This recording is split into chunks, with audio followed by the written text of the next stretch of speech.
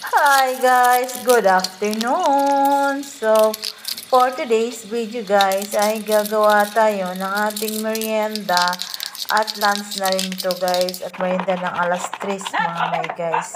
So, ngayon ay mag 2 o'clock na. So, naghahanda ako my guys. Lulutuin ko na kasi pagdating ng alas 3 may merienda yan ko na to mga may guys.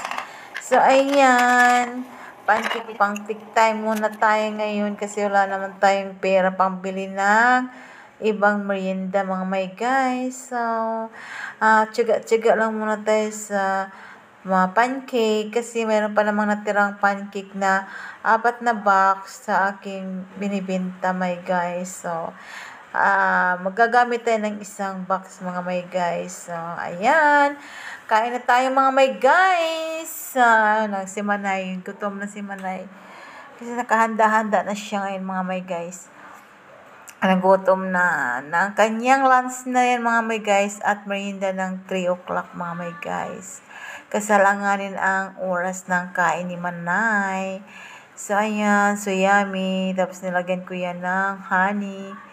Tapos dinagdagan ko ng honey na nabili ko sa Lako na pure honey siya mga may guys. So, ayan oh, pure honey yan mga guys. Kasi nabitin ako sa free na honey.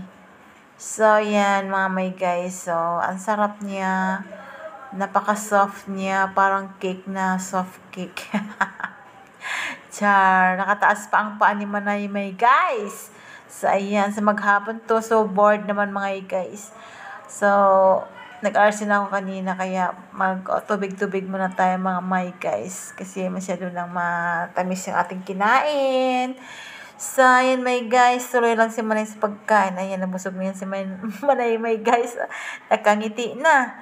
So, hanggang dito na lang mga may guys, ang aking munting video. Sana magustuhan nyo ang aking munting video. So, see you in the next vlog. Bye-bye you!